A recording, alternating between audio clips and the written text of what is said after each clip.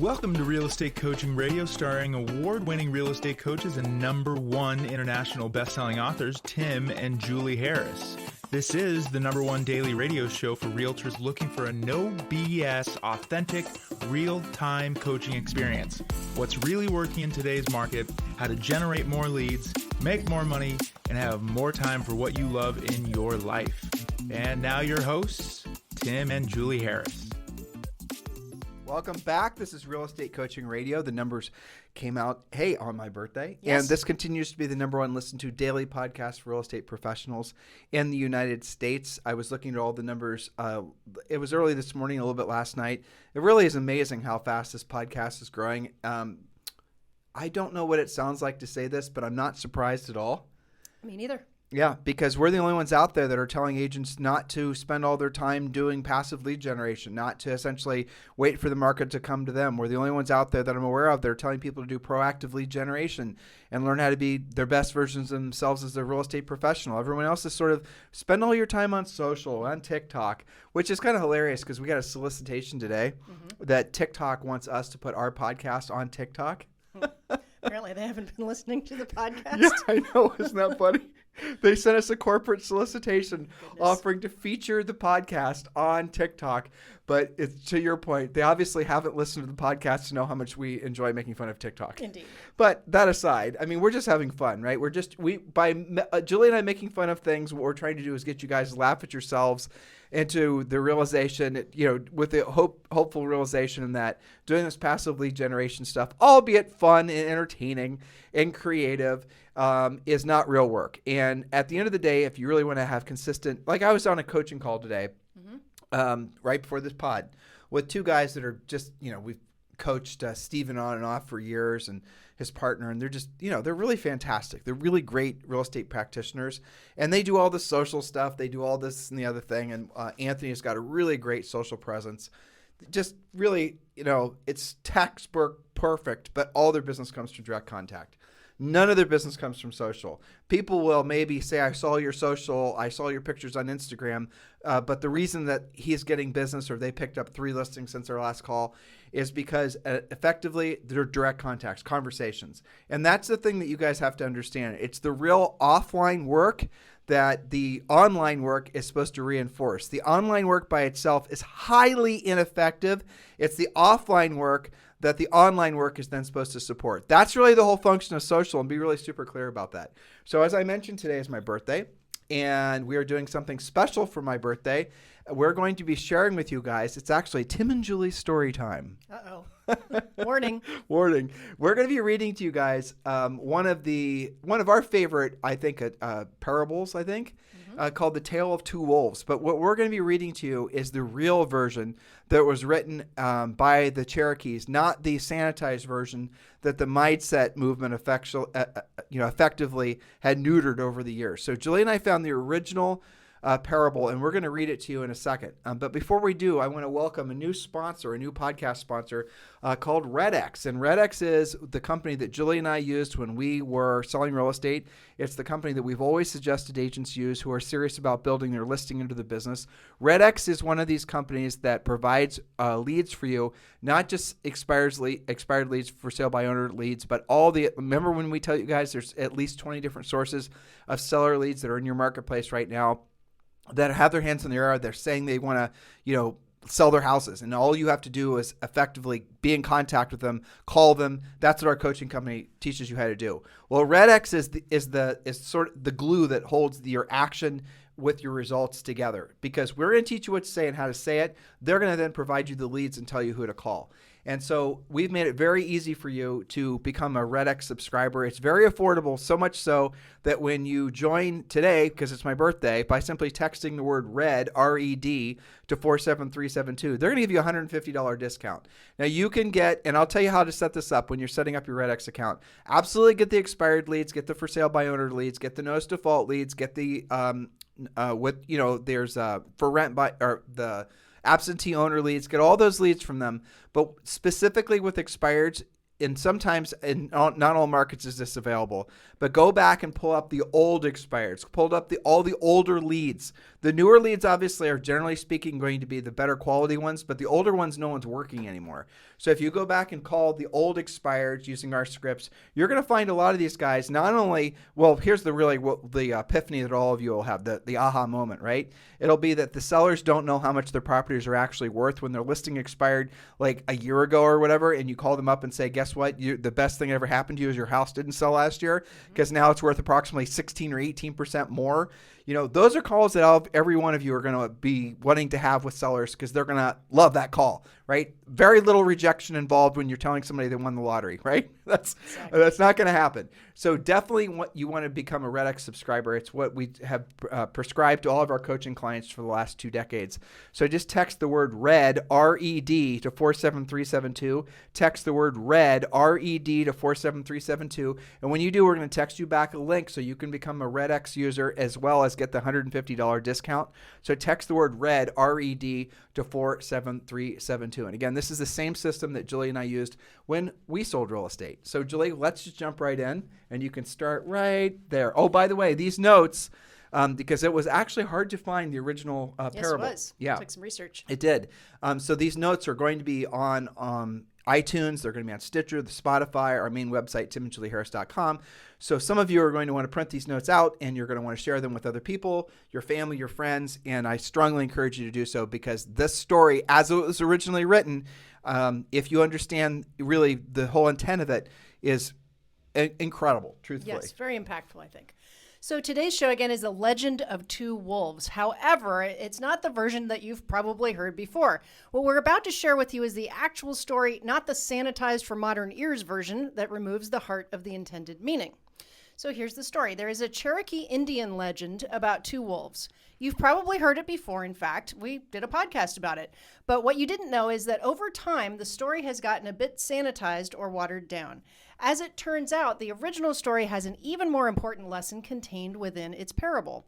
So let's compare the two and talk about why the story was likely revised, what the real meaning is, and how you can apply the lesson to your daily personal and business lives. And Julie and I were having fun bantering about why the story was changed. And I think when you guys hear the original one, you're going to realize why it was changed. It was really the ending, by and large, that was changed. Yeah, but why it was changed, why we've all been taught sort of the sanitized version. Yeah. It's fun for you to ask yourselves that question as Julie's reading the original story. So go ahead, Julie. Yes. So here's what you've probably heard or read at some point. A Cherokee elder speaks to his grandson about life. He said, "A battle rages inside me. It is dangerous and it is between two wolves.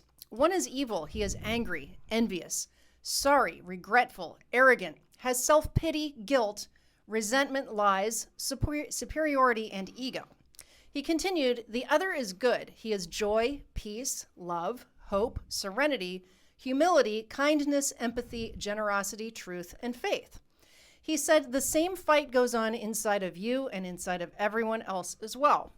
The grandson pondered the words of his grandfather and asked, "Which wolf will win?" In the story you're familiar with, you've probably heard that the old Cherokee elder simply replied, "The wolf you feed." However, compare that ending to how the story of the two wolves really ends. Here we go. The old Cherokee smiled and replied, "If you feed them right, they both win." He continues, "You see, if I feed only the white wolf, the black wolf will hide in the dark, waiting for me to falter so that it can pounce and get the attention he craves. The black wolf will always be angry and fight with the white wolf. But if I acknowledge him, both he and the white wolf can be satisfied and we all win, for the black wolf has qualities that I need and that the white wolf lacks: tenacity, courage, fearlessness, the strength of will, as well as resourcefulness." He said the white wolf instead provides compassion, caring, love, and the ability to value the needs of others over my own. You see, the two wolves actually need each other. Feeding only one and starving the other will eventually make both uncontrollable. Caring for both allows them both to serve you so that you can do something greater, something good with your time on earth.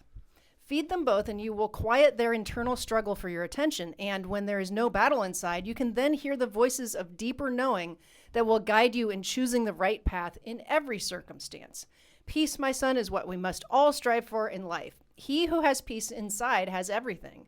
He who harbors a storm within his heart and his soul has nothing. How you choose to treat the opposing forces within you will ultimately determine how you live.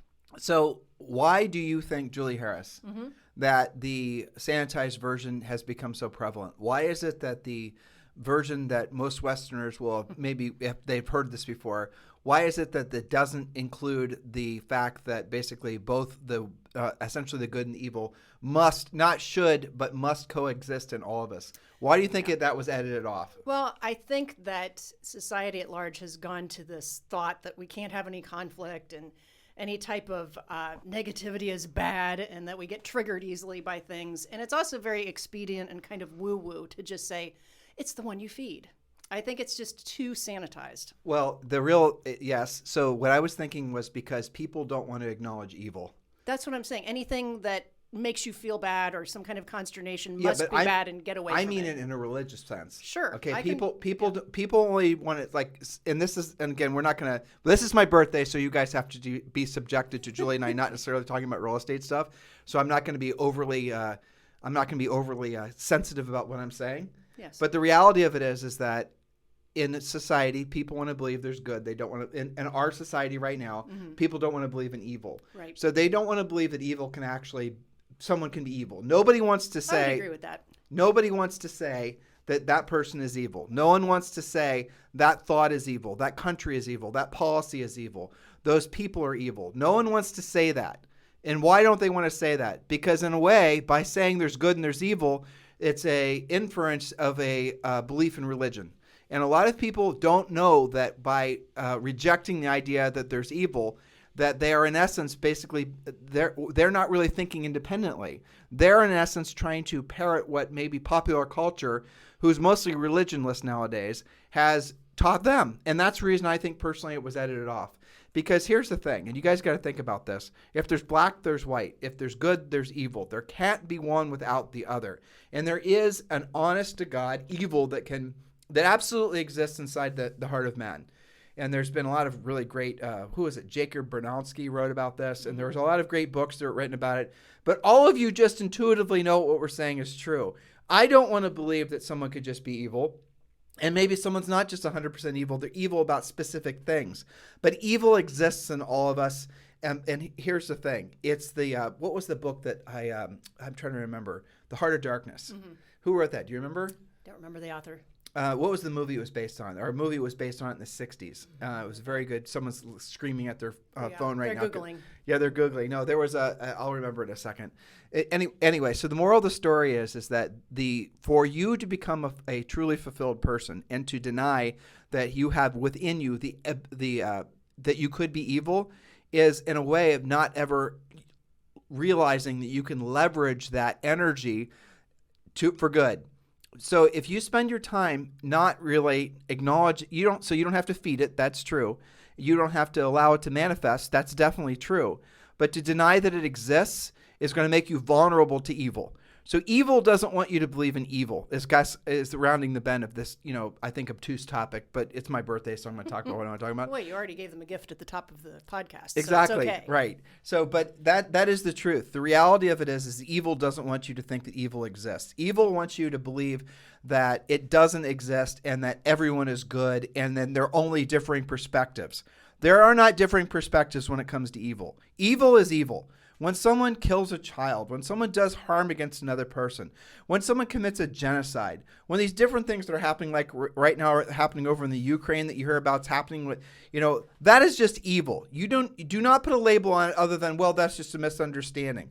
Why popular culture doesn't want to call it out for what it is, you've got to be really questioning that, because what then happens when you say that's evil, then you're acknowledging the fact that there's evil in that person, there's evil in the person that's doing the crime. Look, I'll use this overused example about this, but people talk about Hitler all the time. Pure evil. Yep. Not true. I mean, Hitler is, obviously, I'm not saying he's a good guy, and I'm not saying he wasn't evil, because ultimately he was, but he did a lot of things that if you look at it out of context, and a lot of people have tried to. Hitler, I was hearing a podcast the other day, Lex Friedman, and they were talking about essentially the Nazis and the Nazi scientists, and they were talking about Hitler before he became the Hitler we all know of, and some people were, children and whatnot when they came across him and all the rest of it, and he was an artist and all these other things. Nobody thought he was evil. So there is evil that was within him, that when he had the power and the influence, he obviously did absolutely heinous crimes. So we all say evil Hitler, right? But here's the thing. There's evil that's happening right now in the world, and we're not acknowledging that. So why is it that we're not realizing that evil is always surrounding us, and that there's just something omnipresent in there's a dark part in all of our souls, and that's the heart of this parable. Use that to your advantage. Realize and recognize that. That way, when you see something for what it is, when someone commits a crime, when someone does something that's evil, you're not going to be lulled into complacency and believing that person just needs to be understood. And maybe they have a perspective, but the reason that they drowned that cat. Or maybe they have a perspective why they acted that way. No, that was just evil. And evil is evil, and you got to see it for what it is. That way you can take countermeasures.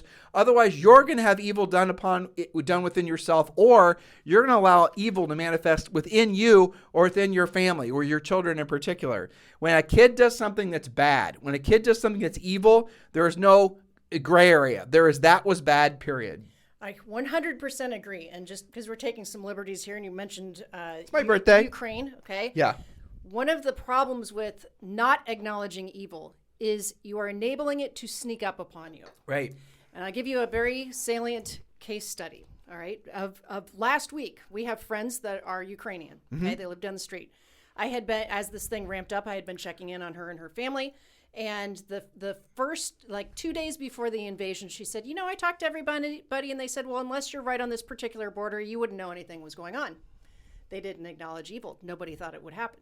Couple of days later, she said, everybody's still okay. And then the real invasion happened. And she said, I talked with my friends, and I believe her grandfather still lives there. And she said they all said the same thing. Not a single person believed it could happen. That's why they woke up. That's why you see people with one suitcase fleeing the country. She said not a single person believed that was going to be real. It sneaks up on you. Same thing with some of the things that Hitler did, of course. That's the thing, is you cannot turn a blind eye to it. Otherwise, it will kick your butt. So let's reel this back into the story. But I love history, as do you, right? Mm-hmm. And we're living in it now. And we're living in it now. We're, unfortunately, if you want to, that's the truth. Unfortunately, we're living in a very historic time. But there was plenty of stories, and you guys can read your own history, about how people in Germany, everyone likes to pick on the Nazis, they certainly deserve it. People in Germany were living one town away from where there were concentration camps, and acted like, to this day, those that are still alive or their grandchildren, they'll say, well, we didn't know that was going on. You're lying. Mm-hmm. You were complicit in allowing that evil to happen. What should they have done? I don't know. I wasn't there. But the fact is, it wasn't just there one day. It wasn't just not a field one day and there the next. There was a lot of things that were tiny, oh, you know what? Those Nazis, they're kind of, jerks, but let's just put up with it. Oh, then there's this. Let's just put up with it. You allow the evil to build, and it compounds. And then all of a sudden you have concentration camps one town over. Mm-hmm. And that's what happens culturally. That's what happens throughout history. Good people have allowed evil within other humans to essentially manifest and become the norm. And it's because we're complacent and we allow it to happen. Totally agree. And that, I appreciate wanting to think positively and having a good, strong mindset. Right there. Right? That's the rounding of the bend. That's the reason that the bad wolf was removed from the parable. Right. Because people don't want to believe in evil. That's the woo-woo part I was bringing up. Right. That's the woo-woo part. That's the weakness that, if we allow it to be pervasive in our lives, will make it so that we are not ready for evil when it happens. And you want to, Ukraine right now, there you go. The example Julie gave you, that's a perfect example. Yes, so we all have both within us, but how do we handle each? It's all in the care and feeding, isn't it? So here are some practical, tactical applications to apply to your daily business and personal life. And we came up with 4, but you can certainly elaborate if you'd like to add to some of these. So point number 1, the fear wolf. When you feed it, you'll fail to achieve your goals in life. Instead, starve the fear, but feed the wolf of courage, and soon you'll meet or exceed your goals. During times of change and uncertainty, like we're living now, acknowledge the fearful wolf, but feed the courageous one within you. Okay, so here's how you can use fear. You will all, I hope and I pray, get to the point where you have financial abundance and you're rich from having helped, thousands, if not tens of thousands, if not millions of people. And with that, you become rich and you have enough abundance financially that money's working for you. You no longer have to work for your money. And then you're going to cross thresholds where you're going to start becoming complacent because you have so much financial abundance. You don't have to worry about money anymore. But now you're finding yourself wanting to write a book, or you're finding yourself wanting to take yourself to the next level financially, or you're wanting to find yourself you want to, manifest the energy that it originally took for you to essentially create this fortune for yourself. And now you're wanting to use that same energy to build a church or to have some, make some significant contribution to humanity.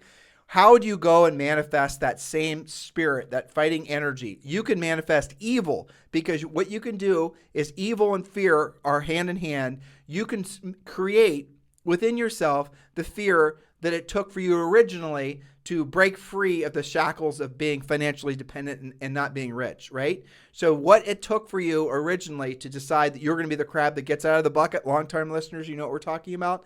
Once you've broken out of that bucket, that is an acknowledgement that you now know you can go to whatever level you want to. You will get to a certain level. You will find yourself becoming complacent. You'll want to do something more with your life. How are you going to do it? You got to put yourself back in that bucket mentally and emotionally, not financially or physically or spiritually, right? Don't actually put yourself back in that state, but go back into your inner, put yourself back into the state where you felt that same energy, the fear, and then use that fear to motivate yourself. Fear is one of the best motivators or one of the most lethal destructors of human potential. Use the fear to motivate yourself. That's one of my secret powers, honestly. I can lean back into feeling fearful back when you and I got married 31 years ago and we had no money, right? Or how I grew up was mostly with no money. So in those particular states, it's very easy for me when I'm looking for, well, why the hell am I not getting stuff done faster? Or, Julie and I need to come out with a new book or whatever it is. I can put myself back in that state and I can give myself the right dosage of fear.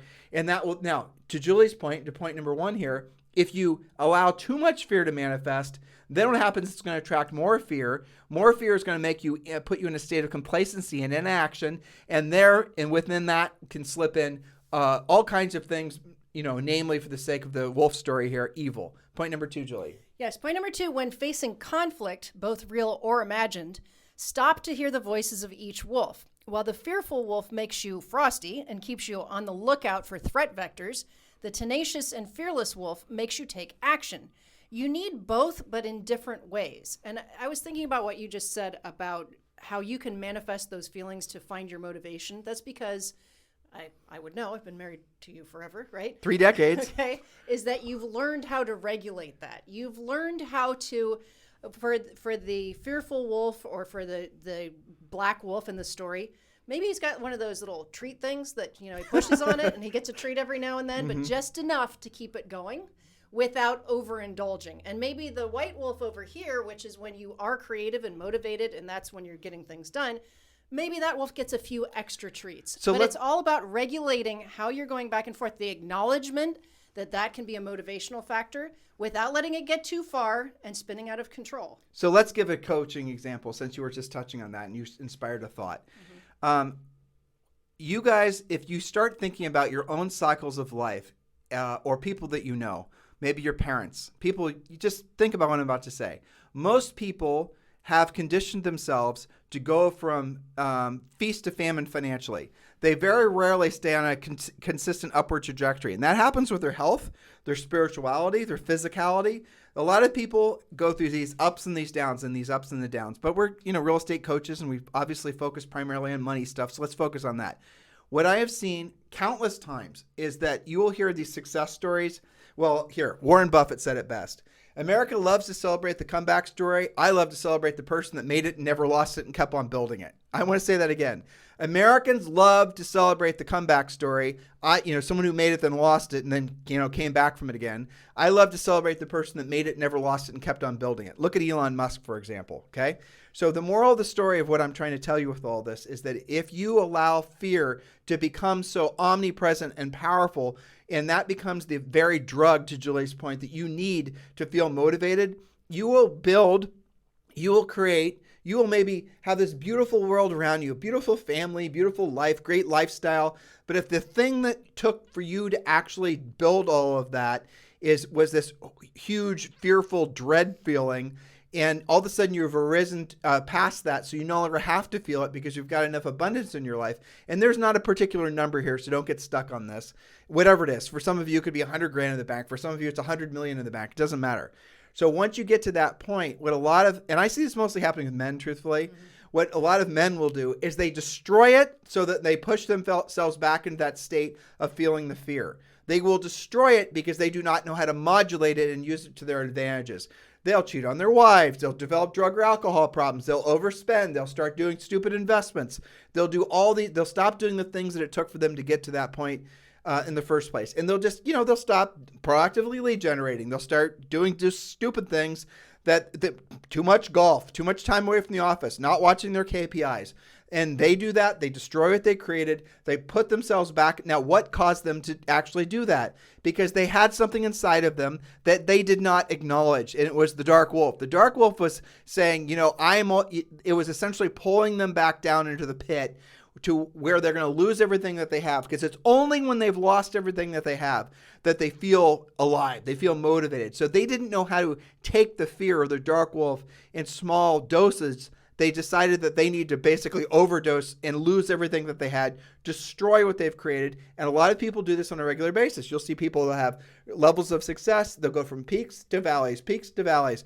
That is not necessary. That is absolutely abnormal to act. Well, it's normal, unfortunately, but it's not required. You can have consistent, ever-increasing levels of success day after day, month after month, year after year. It doesn't have to be these peaks and valleys. No, eventually, obviously, it all comes to an end, but along the way, you could certainly continue to build this up. So that's what Julie was talking about when knowing how to use fear to motivate yourself. That's how you can balance the good. And now, if I just sat around and said, change of voice, be ready. Hey, Julie, I'm going to manifest, and I'm going to sit around and I'm in my dream board, and I'm going to write down all the things that I want, and I'm going to sit around secret. You guys remember that? And I'm going to sit around, and I'm just going to allow the universe to bring me everything. There is no evil. There's good in everything. I'm just going to think about what I want in life. I'm not going to take the actions. I'm not going to, you guys see what happens? That's the woo-woo part of it that essentially neutered the essence of the story. That's it. And how did that work out for everyone? Yeah, well, exactly. I mean, by the way, the second Secret movie, the one that came out recently with Tom Cruise, with Katie, what's her name? I can't remember, but where they talk about actually taking action. Yeah,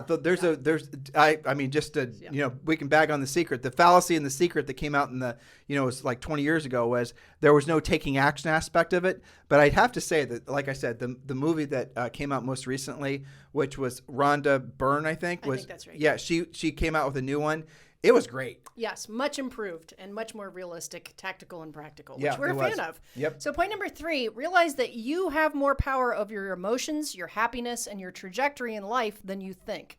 It isn't the events in your life that have the power. It's how you react to those events that empower.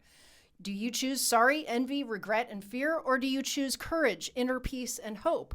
If you're not sure, just say it's too soon to tell. Yeah, there you go. So that way you have the option and at least you're being introspective about it. So point number 4, you set the tone.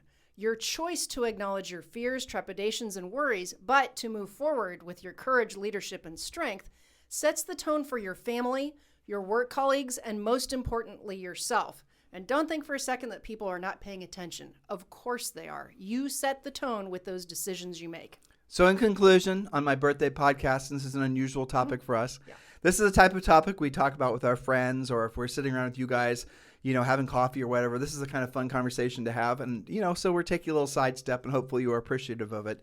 But here's the thing. You've got to acknowledge the reality that, there's a balance of good and evil in all of us.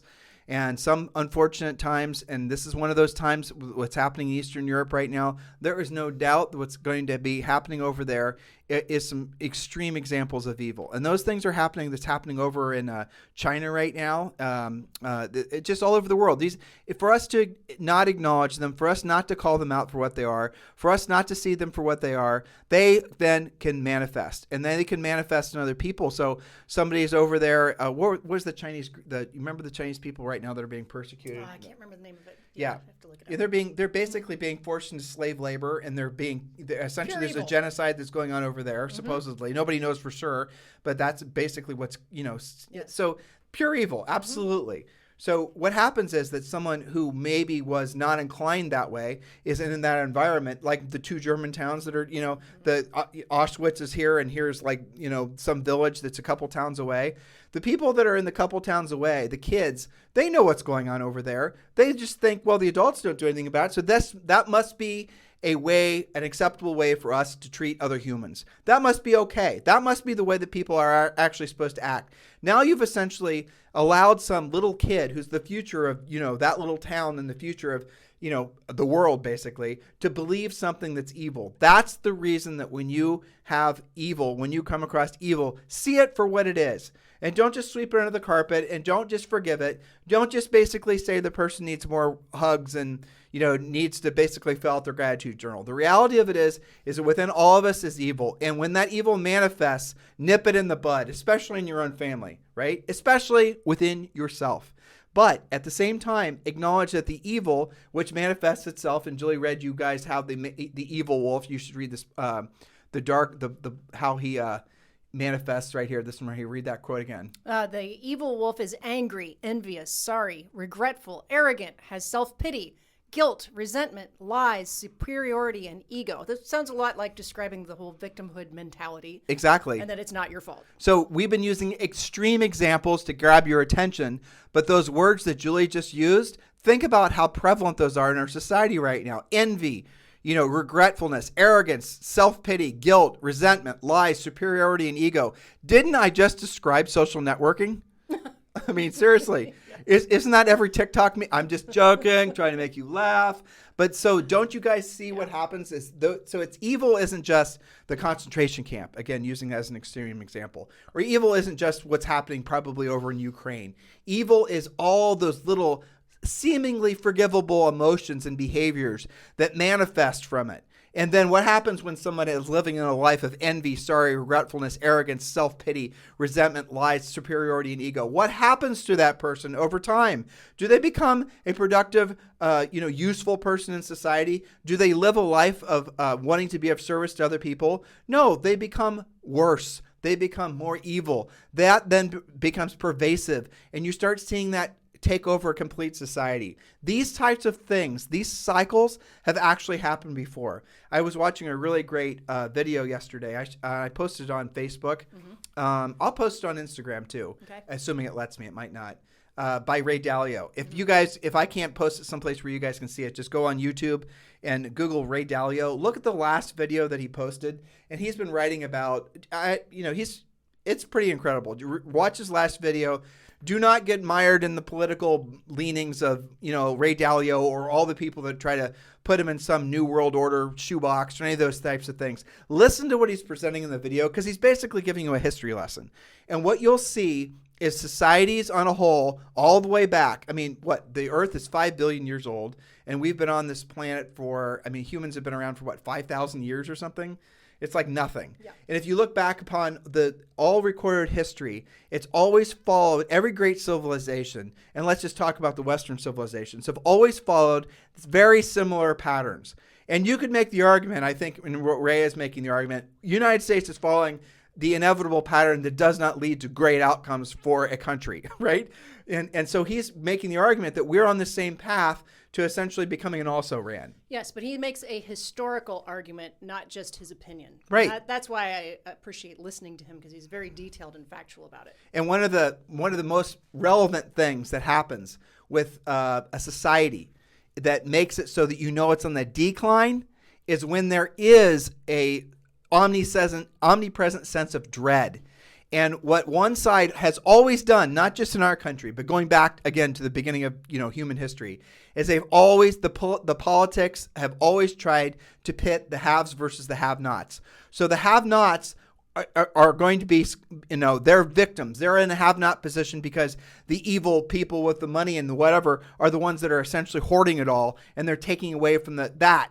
And those types of recurring themes have been, prevalent in Western civilization, going all the way back to, ancient times. And it's very important that you guys watch that, understand it, realize where we are in this sort of parabola of time with regards to a societal evolution, and watch his video so you'll understand. And well, he did leave it on an optimistic perspective. We don't necessarily have to go into the trash heaps of countries. There are certain things you can turn things around. But one of the things he was saying, and he didn't say it as overtly as this, but this is what he was saying. You have to acknowledge evil. You have to acknowledge the things within your own soul, with your own behavior, within your own family, with your own society, within the world that causes the good to be drowned out. And it all starts with your own behaviors, right? Are you believing that, for example, you can't get that listing because, whatever excuse you've created in your head? Or are you believing that you, as a skilled licensee who knows is in your highest and truest purpose on this planet as a licensee, or as anyone, is to be of service to other people, if you're in alignment with your mindset of gratitude, and if you're in alignment with your mindset of being of service to other people, evil cannot coexist within your heart. It'll still be there, but it'll not be the driving force versus the regretfulness, arrogance, self-pity, resentment, lies, superiority, and ego. I wanted to end the podcast with a reminder that the other wolf is good. He is joy, peace, love, hope, serenity, humility, kindness, empathy, generosity, truth, and faith. And it's all of our job to lead with that while still acknowledging evil is there. And I am hopeful. I mean, look at how the world did react to Ukraine. Everybody thought it would just be one and done. That's it. Just let the evil take over. But I am hopeful that there is some level of acknowledgement, and I don't know how it'll all resolve, but that's something that I'm keeping an eye on. The unintended consequences of what's going on in Ukraine are just not going to end with basically some sort of you're going to see all the Western countries, regardless of whether NATO or not, are definitely going to be essentially building their own borders again. They're going to be reconstituting their own military. You're going to see all sorts of things happen because there was this Ukrainian thing. And let's just assume that it ends, that the Ukrainian, what's the guy's name? Zelensky came out and said, you know what, I guess we can take the NATO thing off the table. We're fine. We won't ask to be part of NATO. So they're trying to resolve that, and they're trying to placate Russia. And let's just assume all that plays out. But all those other countries, including NATO now, they're all having these internal conversations saying, what the hell just happened? How did that happen in 2022? How did that happen in a modern era? That is something we didn't think would ever happen again. It did happen. One country is going to take over another country. How crazy is that? And now we're going to have to, this is how these European countries are going to start to act. And when that starts to happen and they start to build their militaries again, that does change the contextual nature of governments, of the political leaders, of what a society, Elon Musk, you pointed this out and I researched it. Elon Musk, I'd say on the surface, we can believe that he's the super green hero, superhero, right? He is Tony Stark. He is Tony Stark, but he's the Tony Stark on the surface. The green hero, yeah. The green hero, right? Electric cars and all those types of things. Mm-hmm. But he came out and said... He said, I know that this is going to hurt my company, Tesla, but, we really need to be energy independent around here, and we ought to fire up those gas and oil lines so that we can take care of ourselves. And the nuclear power plants. And nuclear. And he said, I understand this is going to hurt my company, but I believe in the greater good. Let's get this figured out. Right, because electric and being able to essentially be wind and solar is so far into the distant future. The technology is just not there. And he's basically saying, that takes incredible courage. Absolutely. Think about that. Think about how many business leaders would have essentially, thrown themselves into that situation where they're saying, world, do something that's actually not for my best interest, but it's for the betterment of humanity. And now, literally in today, what is the gas prices have almost doubled, I think, since 2019, something like that. And food prices and all of this, we have to deal with what's happening now. We might go towards more sustainable energy, but that is so far down the road that what is the suffering that will happen between here and there? Yeah. And I thought it was very respectable that he came out and, as a leader, because that's acknowledged that he is, and said, this is what needs to happen. It's incredible, guys. These are all the unintended consequences of allowing evil to manifest. It's going to, all these little different things that are going to happen, they're always constantly happening all the way around us. Acknowledge it for what it is. Acknowledge it within yourself. Use it for, you can occasionally scratch the head of the good wolf and occasionally scratch the head of the bad wolf. Obviously, you want to have both of them, be happy so one's not hanging out in the shadows and wanting to jump at you when you're not paying attention, because that is also what happens. That's the reason that a lot of people will destroy themselves. But guys, this is the reality. The truth is that you are in the right place at the right time at a blessed time in history. Why? Because there's going to be more people, and this is, real estate, right? There are going to be more people wanting to buy and sell real estate over the rest of our lifetimes than has been at any time in the history of humanity in your town, in the United States, around the world. There are so many positive forces that no matter what happens geopolitically, no matter what happens with interest rates, no matter what happens with alien visitation, yes, that happened last year, no matter what happens anywhere, you are going to always have homes to sell. You're always going to have an ability to make a living. You just have to put yourself in a position where you're going to remove your ego, which is in the category of the, according to the Cherokee elder, of the evil wolf, right? Mm-hmm. The dark wolf.